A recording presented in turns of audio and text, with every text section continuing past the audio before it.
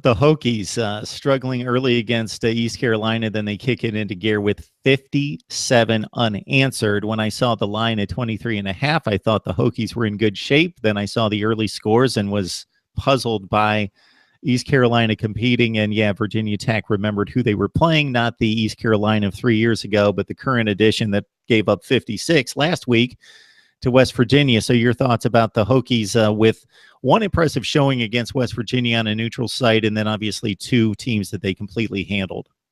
Yeah, well, the negatives in this performance, I guess it said Virginia Tech got off to the start that they did. Pretty bad first quarter, gave up 215 yards of total offense to East Carolina, which is a problem in one quarter. When you're on track to give up over 800 yards of offense after one quarter of play, you need to tighten things up.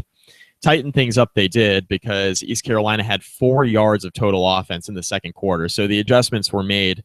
And like you mentioned, Virginia Tech scored 57 unanswered points in this football game, blew the thing wide open. East Carolina's defense couldn't contend with Virginia Tech from the second quarter on. Josh Jackson, a little coming-of-age performance in his first start on the road, 24 of 31, 372, and 5 touchdowns in his third start.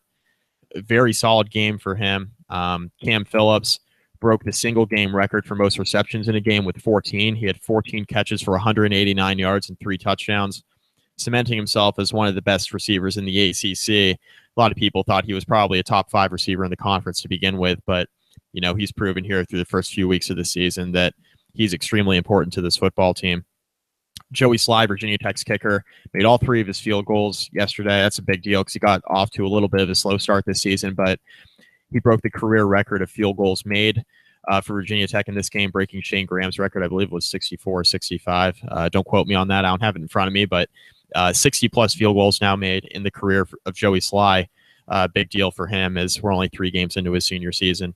So Virginia Tech wins 64-17. East Carolina, pretty bad football team, I'd say. So the first quarter was a little bit disheartening, and Virginia Tech needs to start much faster in a lot of these games.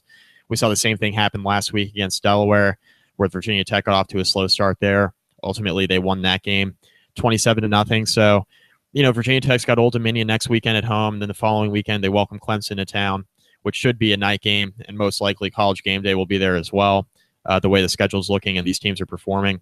So there's going to be a lot of hype around that game.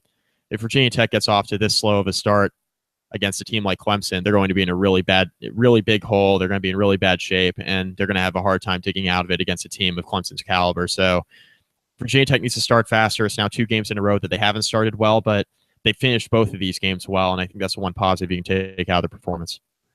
Mook Reynolds, the defensive star on the stat sheet with 10 total tackles against East Carolina and 2.5 tackles for loss as Virginia Tech moves on to 3-0. Mike McDaniel joins us from inside the ACC to break down week 3 in the conference and look ahead to week 4.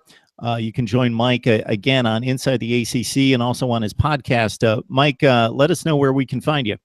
Yeah, you can find me at BC Podcast ACC. That's our basketball conference podcast Twitter account. I do it with Joey Weaver, who, as you know, Mark, is a big-time ACC football guy, former manager From the Rumble Seat, which was the Georgia Tech blog on the SB Nation Network. So we do 1 to 2 podcasts a week. We do a preview and a recap, and sometimes an ad hoc podcast if something crazy happens in the conference that absolutely needs to be covered.